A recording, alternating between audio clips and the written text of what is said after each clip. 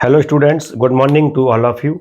Students, आज के इस वीडियो में हम अपवर्तनांक या रिफ्रैक्टिव इंडेक्स पर कुछ न्यूमेरिकल्स के लिए सॉल्व करेंगे। स्टूडेंट्स, यह अपवर्तनांक पर आधारित न्यूमेरिकल्स का दूसरा वीडियो है और इसके पहले वाले वीडियो में हमने स्नेल के नियम के आधार पर किन्हीं दो माध्यमों के बीच अपवर्तनांक का मान कैसे ज्ञात किया जाता है इसकी स्टडी की थी। और इस वीडियो में हम विभिन्न माध्यमों में जो प्रकाश की चाल होती है उसके आधार पर अपवर्तनांक का मान कैसे ज्ञात करते हैं इसकी स्टडी करेंगे। तो स्टूडेंट्स, हम शुरू करते हैं क्वेश्चन नंबर 1, जो कि दिया है वायु में प्रकाश की चाल 3.0 इंटू 10⁸ मीटर प्रति सेकेंड व जल में प्रकाश की चाल 2.0 इंटू 10⁸ मीटर प्रति सेकेंड है, तब वायु के सापेक्ष कांच का अपवर्तनांक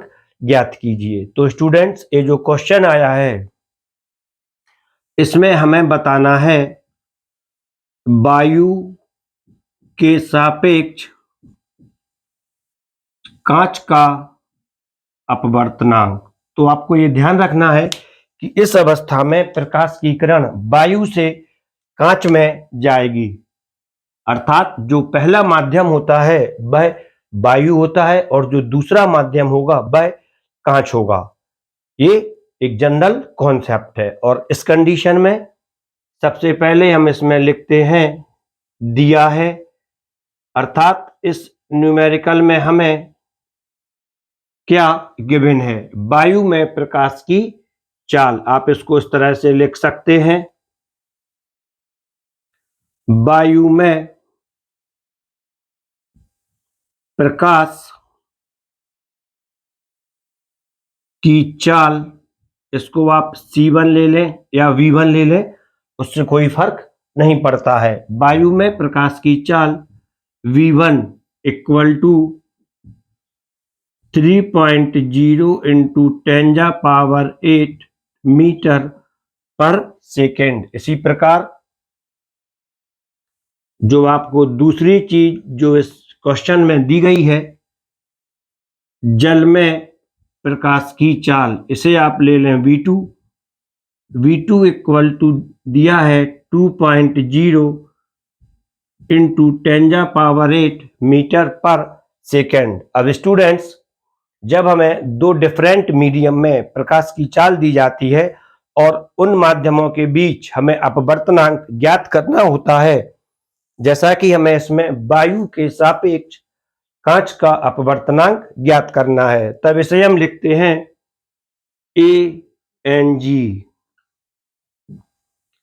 वायु के सापेक्ष कांच का अपवर्तनांक। इसका जो फार्मूला आता है तो उसमें जो मैंने आपको बताया था, प्रकाश की किरण वायु से कांच में जाएगी, अर्थात पहले हम लिखते हैं वायु में प्रकाश की चाल, इसको हमने शॉर्ट में लिख दिया V1 अपॉन जल में प्रकाश की चाल, इसको लिख दिया है V2।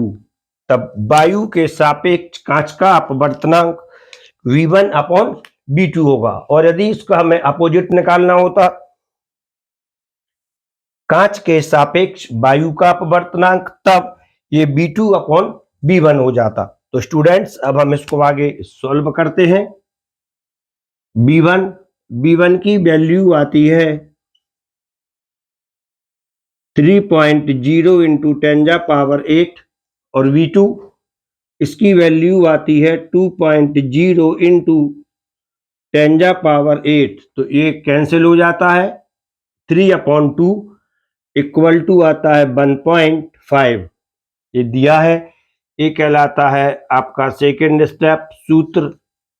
इसके बाद ये होता है थर्ड स्टेप गणना या कैलकुलेशन, और चौथा स्टेप होता है उत्तर या आंसर। आपको लिखना है उत्तर में वायु के सापेक्ष कांच का अपवर्तनांक 1.5 होता है, तब आपका एक क्वेश्चन पूरा सॉल्व हो जाता है और आपके जो स्टेप होते हैं वो भी पूरे हो जाते हैं। पहला स्टेप गिवन, दूसरा स्टेप फार्मूला, तीसरा स्टेप कैलकुलेशन और फोर्थ स्टेप आंसर। तो स्टूडेंट्स ये पहला क्वेश्चन था जो कि काफी सरल था और इसे आप आसानी से समझ सकते हैं। इसके बाद हम इसका एक सेकंड क्वेश्चन लेते हैं जो कि दिया है, इसको रफ करते हैं। आपको ये समझ में आ गया होगा। आप इसको डायरेक्ट भी लिख सकते हैं, वायु में प्रकाश की चाल अपॉन जल में प्रकाश की चाल, V1 अपॉन V2 के स्थान पर।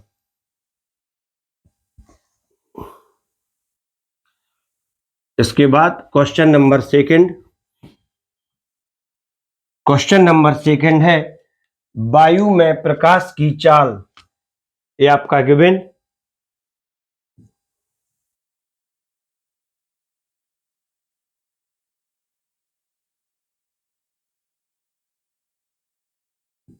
वायु में प्रकाश की चाल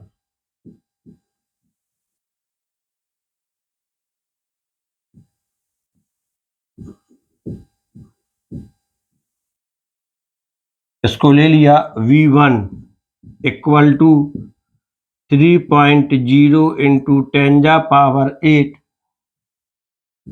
मीटर पर सेकेंड। उस माध्यम में प्रकाश की चाल ज्ञात कीजिए जिसका वायु के सापेक्ष अपवर्तनांक माना दूसरे माध्यम में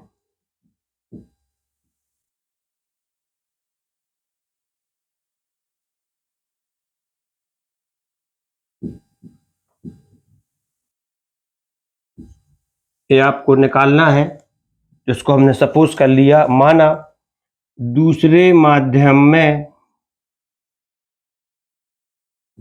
प्रकाश की चाल ये हमें ज्ञात करना है, तो इसको हमने मान लिया x मीटर पर सेकेंड। इसके बाद जब आप क्वेश्चन देखते हैं तो इसमें लिखा है जिसका वायु के सापेक्ष अपवर्तनांक, यानी वायु ऊपर रहेगी और जो दूसरा माध्यम रहेगा ये फार्मूला में नीचे आएगा। वायु के सापेक्ष ये आपको लिखना है, वायु के सापेक्ष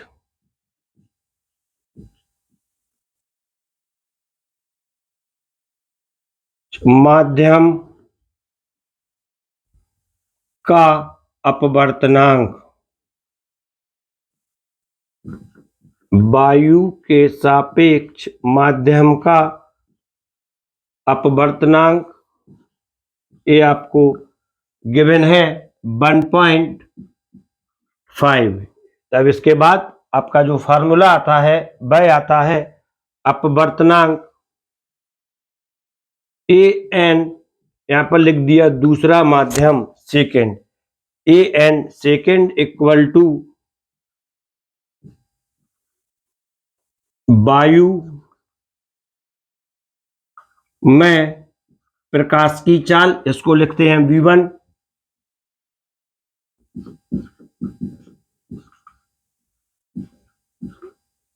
वायु में प्रकाश की चाल या V1 अपॉन दूसरे माध्यम में प्रकाश की चाल, इसको लिख दिया सेकेंड माध्यम में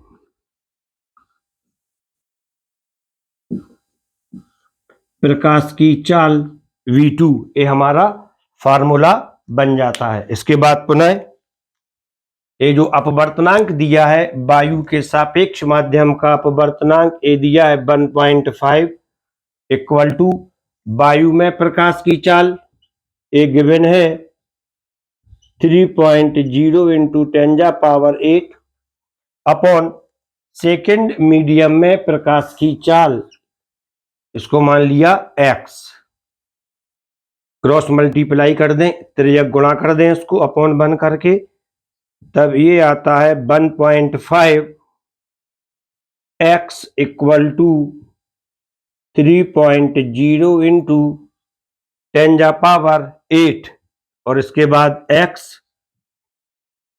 द्वितीय माध्यम में प्रकाश की चाल x equal to 3.0 into 10⁸ upon 1.5 equal to 2.0 into 10⁸ metre per second. ये हमारा आंसर निकल आता है। अर्थात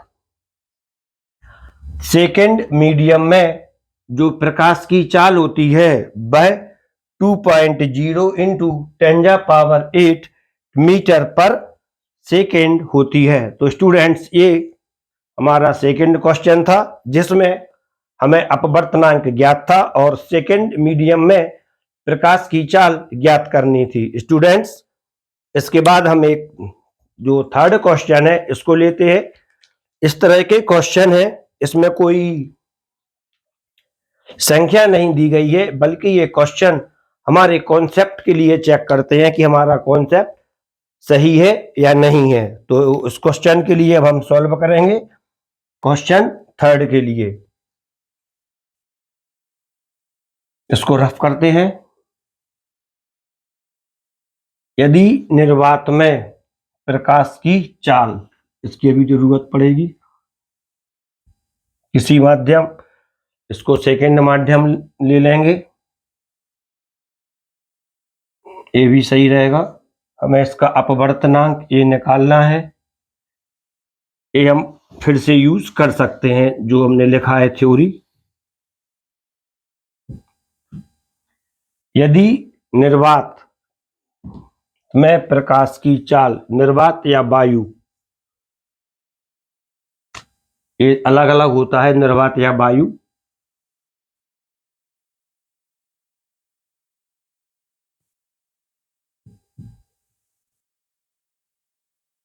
ये आ गया निर्वात। वैक्यूम में प्रकाश की चाल v1 equal to x metre per second. देखते हैं, निर्वात में प्रकाश की चाल किसी माध्यम में प्रकाश की चाल की 3 गुनी है। तो पहले इसको हम लेते हैं। दूसरे माध्यम में प्रकाश की चाल v2 equal to x metre per second. तब निर्वात में प्रकाश की चाल इसके 3 गुनी रहेगी, और जब 3 गुनी रहेगी तब ये हो जाती है 3x। या इसको हम इस तरह भी लिख सकते हैं, शुरू से जो गिवन है आप इसको इस तरह भी लिख सकते हैं। माध्यम में प्रकाश की चाल, माध्यम में प्रकाश की चाल बराबर x मीटर पर सेकेंड। तब प्रश्नानुसार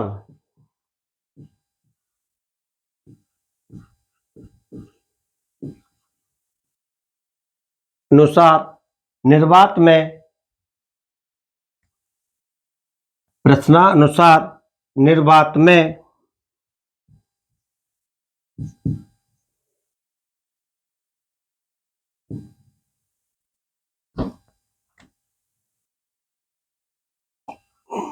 प्रकाश की चाल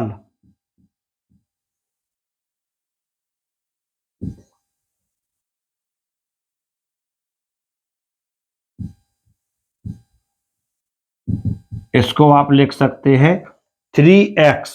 प्रश्न में दिया है कि माध्यम में, निर्वात में प्रकाश की चाल माध्यम में प्रकाश की चाल की 3 गुनी है। तब माध्यम में ली x मीटर, तो निर्वात में हो जाती है 3x। अब इसमें क्वेश्चन दिया है माध्यम का अपवर्तनांक। तो क्लियर है, हमें माध्यम का जो अपवर्तनांक निकालना है वह हम किसके सापेक्ष निकालेंगे? एयर या वैक्यूम के सापेक्ष। तब इसका अपवर्तनांक a n second equal to निर्वात में प्रकाश की चाल, यहां पर जो एयर है या निर्वात है, आप इसको एक ही समझ के चलें जिससे कन्फ्यूजन ना आए, या इसको वैक्यूम कर दें वी। अब क्लियर हो जाता है। निर्वात, निर्वात में प्रकाश की चाल, तो ये हो जाता है निर्वात में चाल, ए B1, दोनों तरह से सॉल्व हो रहा है सवाल, अपॉन सेकंड मीडियम में या माध्यम में प्रकाश की चाल, इसको B2। तब V एन सेकंड वैक्यूम के सापेक्ष इक्वल टू निर्वात में चाल, निर्वात में प्रकाश की चाल 3x और माध्यम में प्रकाश की चाल x, एक कैंसिल हो जाता है। तब अपवर्तनांक n का मान आता है 3.0, अर्थात दूसरे माध्यम का अपवर्तनांक 3 होता है। तो स्टूडेंट्स, एक क्वेश्चन थे जिसको हमने दोनों तरह से सॉल्व कर दिया है। ये आपको यहाँ पे एक बार पुनः एक्सप्लेन करने के लिए बता दिया, और यहाँ पर इसको हम इस तरह से भी लिख सकते हैं। जब हमें इस क्वेश्चन हमारा ये क्लियर हो जाता है तब हम इसको लिख सकते हैं। तो स्टूडेंट्स, ये तीसरा क्वेश्चन था। अब इसके बाद इसमें एक क्वेश्चन और आता है, हम उस पर भी कुछ डिस्कशन करेंगे। एक क्वेश्चन है, यदि आपको याद हो या पता हो कि सबसे अधिक अपवर्तनांक किस पदार्थ का होता है, तो इसका आंसर होता है डायमंड या हीरा। और यही क्वेश्चन है, हीरे का अपवर्तनांक, क्वेश्चन नंबर 4, 2.42 है। इस कथन का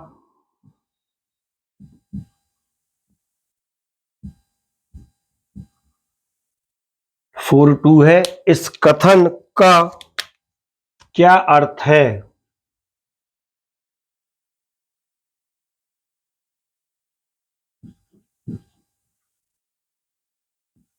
तो स्टूडेंट्स, इस क्वेश्चन का आंसर आप आसानी से दे सकते हैं। तो आपको पता ही होता है, जो अपवर्तनांक होता है वह माध्यम में प्रकाश की जो चाल होती है उसके आधार पर ज्ञात किया जाता है।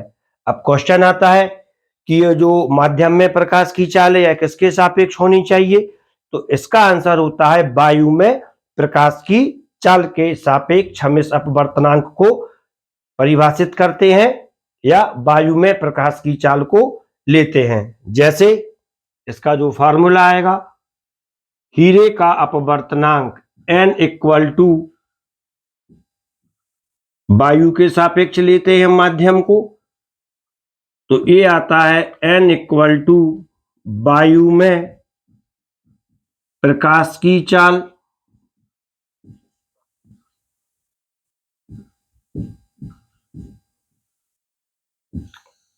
अपॉन माध्यम, यहां पर माध्यम है हीरा या डायमंड, अपॉन हीरा या डायमंड में प्रकाश की चाल। तब इसे हम देखते हैं, ये अपवर्तनांक, इसकी वैल्यू आती है 2.42। अब आप इसको देखें, वायु में प्रकाश की चाल इसे ले लेते हैं V1 और हीरे में प्रकाश की चाल इसे ले लेते हैं B2।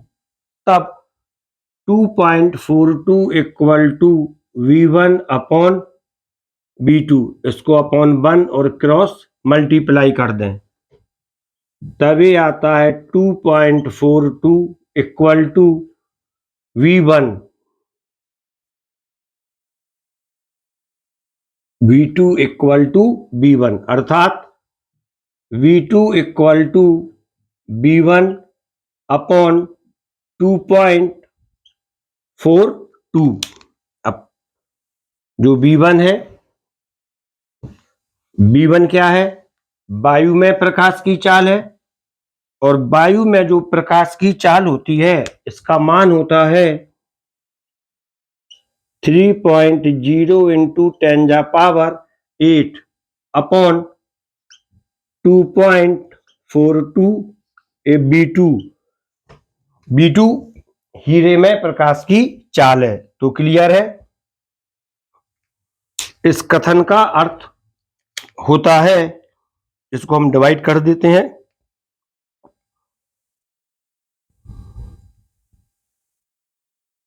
Three upon 2.42 equal to 1.24। 1.24 into 10⁸ ये डायमंड में प्रकाश की चाल आती है। डायमंड या हीरे में प्रकाश की चाल आती है। तो क्लियर है? इस कथन का अर्थ है कि हीरे में प्रकाश की चाल वायु में प्रकाश की चाल की तुलना के 2.42 गुना कम होती है।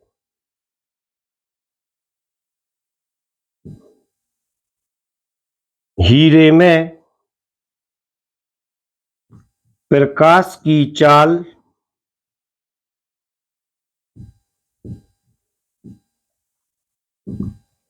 वायु में प्रकाश की चाल के